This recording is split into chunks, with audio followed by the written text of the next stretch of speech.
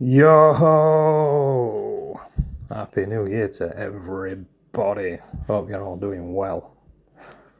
Currently walking around the flat, trying to work out how to inject my personality into a vocal, and it ain't working. When you're a very animated person and you've got no internal monologue, how in the hell do you actually put that into a video? Now figure that out as I go along. So, it's been a while. Finally updated the Sorc. Solo, arenas, dungeons, trials, whatever you're wanting to do, this is the build for you. Let's go!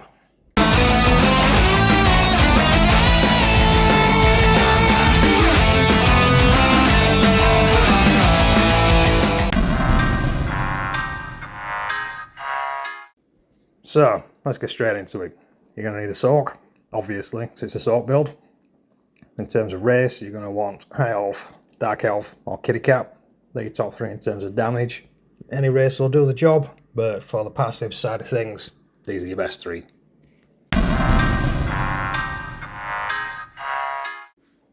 So, like every build in the ESO, there's a little bit of farming involved, and everybody knows the ESO is farming simulator. So, aside from a mythic, which you'll need Great Maul for, everything is available in the base game, specifically 3 dungeons, so it's a nice and easy grind, and because it's base game, difficulty is not really there. Right, first protocol is Wayrest Sewers, which is in the city of Wayrest. Who'd have thought? You'll find that in Stormhaven in Blue Territory. Now, you can run this on normal for Sergeant's Mail, which is the first set you're going to need. Do it as many times as you need to until you've got a full set in your sticker book. It is easy if you're going with friends or guildies, so at least you can share the drops then. Or you can wait for a pledge and then just do it with randoms and hopefully they'll share the drops. Unfortunately, it's not always guaranteed because not everybody's that nice. The next piece that you'll need from here is the Slimecraw Monster Head. Now, unfortunately, you will have to go into Vet for this one, but because it is a base game dungeon, difficulty isn't that bad. And again, if you're going in with friends or guildies, or if you're doing it as the pledge, chances are you're going to get quick complete, but you are looking specifically for a medium weight. So, depending on your luck, your RNG, you may have to do it a couple of times. The next set we're looking for is Stormmaster, which is found in Tempest Island, and you can find this in the area of Malbaltor, and this is directly north on the map, roughly in the centre on a small island. Now, unlike Wayrest, you only need to do this one on normal, because we just want the gear to complete the sticker book. Now, again, because it's a base game dungeon, difficulty's not really there, but it's a long-ass dungeon, so it is a bit of a grind. So again, go in with friends or other people, if you can, just to make it a bit quicker. Now, the last 5 piece that you're going to need is Noble Duelist, and you can find this in the dungeon Blessed Crucible, and this is in the Rift, bottom right of the map, and it's directly opposite the Trollhättar Way Shrine. Quite possibly butchered the name, but oh well. As with the other dungeons, run it on normal, complete your sticker book, preferably going with friends. The last item on the shopping list is the OakenSorc ring, which is a mythic item and unfortunately requires using the scrying system, which unfortunately requires having the Great Maul DLC chapter. This requires you to do 5 specific leads, which you can find guides on how to do on the internet, and I'll flash it up on screen anyway. Now, be warned, if you haven't leveled this skill line, it gets very dull very fast. I would honestly rather do lawbook farming than do this, because it is ass. Now that we have everything we need, we can actually put the build together. So you're going to want to set everything up in the following order.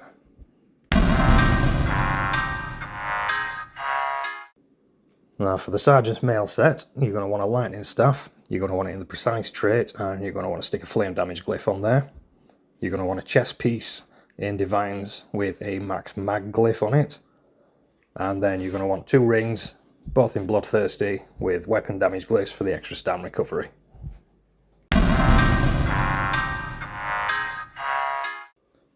For Stormmaster and Noble Duelist, you're going to want the same pieces for both, which will be shoulders, waist, hands, legs and feet. And you're going to want all these in the Divine trait, and you're going to want max mag on them all.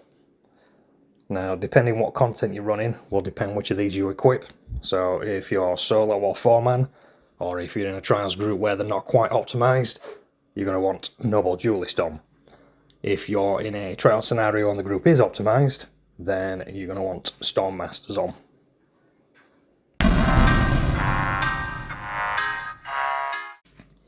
Now for a slime craw piece, you're going to want this in medium weight, divine trait and max mag. And the reason that you want the headpiece over the shoulder piece is because the headpiece is easier to get and you don't have to play as much of an RNG game to get it.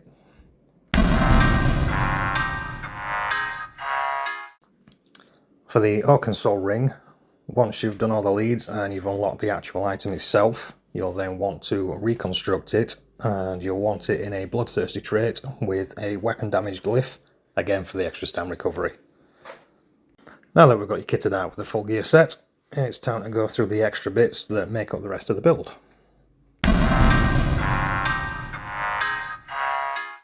Now for your boon, or Munderstone, depending on how you know it as, you're going to want the Thief, and only the Thief, and the reason is, in PvE, crit chance is key. More crit chance you've got, more crit damage you do, more crit damage you do, quicker things die.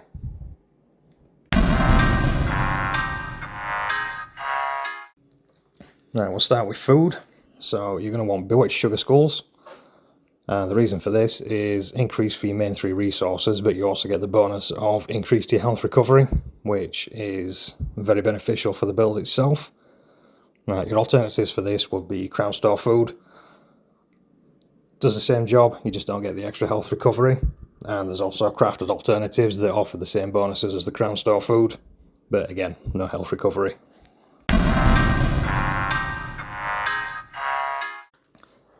Next up is potions.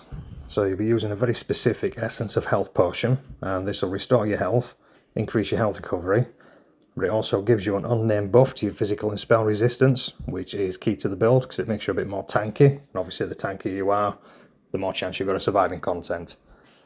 Now, as an alternative, you can use your Crown Try Restore potions, or you can use the crafted equivalent, which will restore all 3 resources and increase recovery for all 3 resources. However, you don't get the resistance buff. Generally, I keep stock of both on my character, just in case. So if I'm in a situation where I don't need the extra resistance, or it's content I've done before and I'm fluent in mechanics, I can just use the standard potions. And then if it's something where I'm new to it, struggling, or if I'm in trial play and I need to stay alive for the group, I'll use the Essence of Health with the resistance buff. It's always handy to keep them both on you just in case.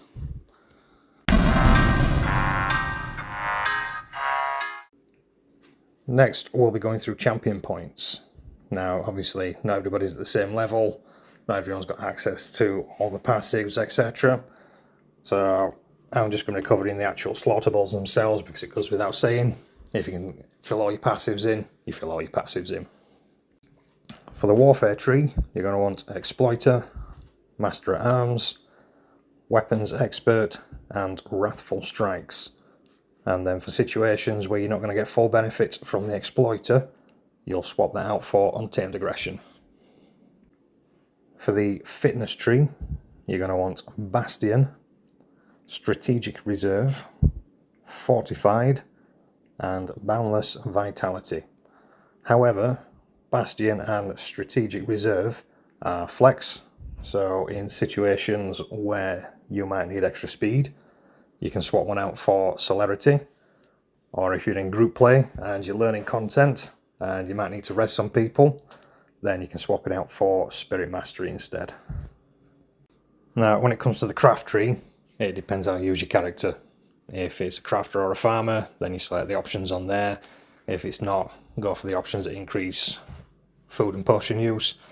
Other than that, dealer's choice.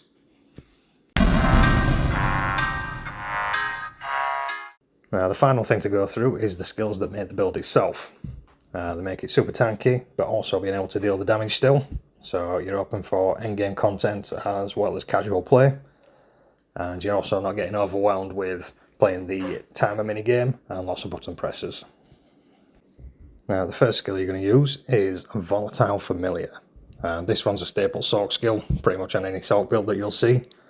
It's free damage just for having the pet active, but when you actually activate it, you're going to get extra damage from the pet, and you also get a free stun.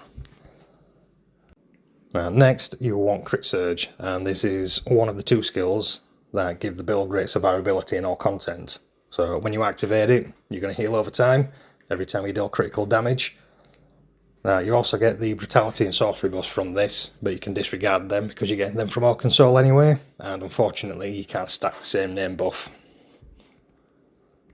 Next is Daedric Prey, and this is another staple Sorc skill because it increases pet damage, and pretty much all Sorc builds have pets on, so you're going to want to keep this up at all times.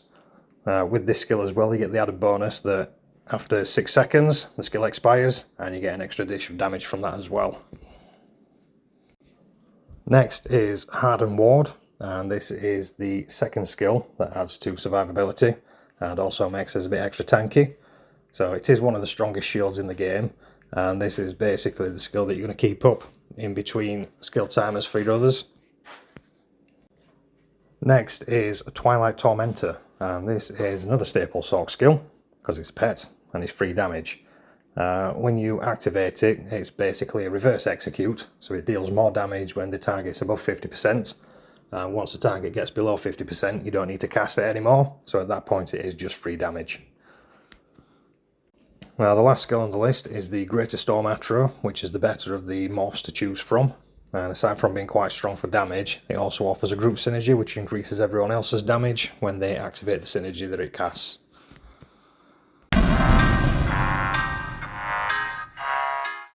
Now here's a quick pass using the actual setup we've just gone through, so you can get an idea of what it'll actually do in terms of damage, but also how to manage these skills in combat, obviously mechanics permitting of course.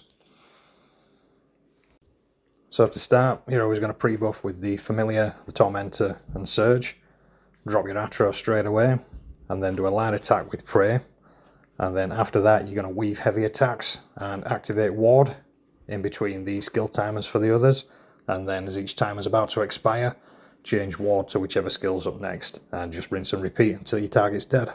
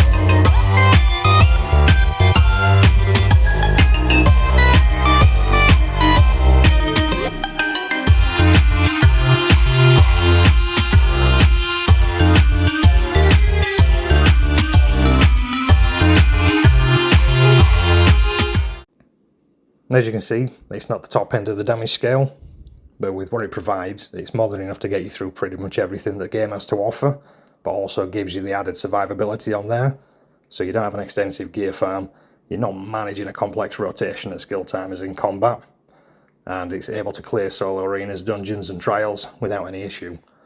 Now the build itself, I've tested it in solo arenas and base game dungeons on hard modes, When I've done it, I've done no CP allocation whatsoever, just to make sure the build itself is sound and it's come out flawless every time.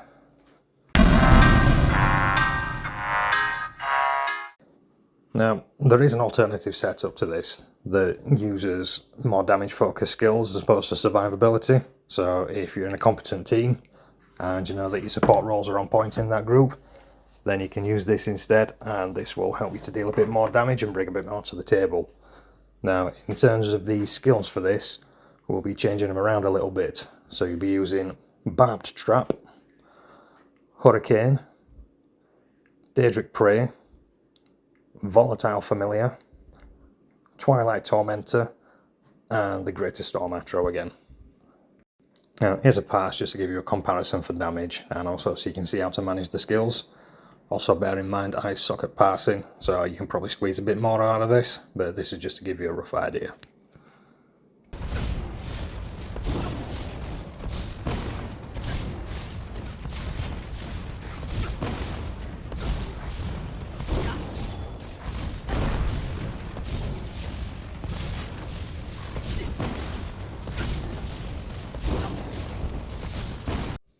But as you can see, it's a significant damage increase over the more survivability focused setup. So it's up to you which one you use. Both viable. Test them out, see which way works better for you. Now, if you do have any questions on it, ask away in the comments. I'll do my best to answer it. And with that, I'll leave you with some footage of the build itself in action, just so you can see the real world feel for it. Stay frosty.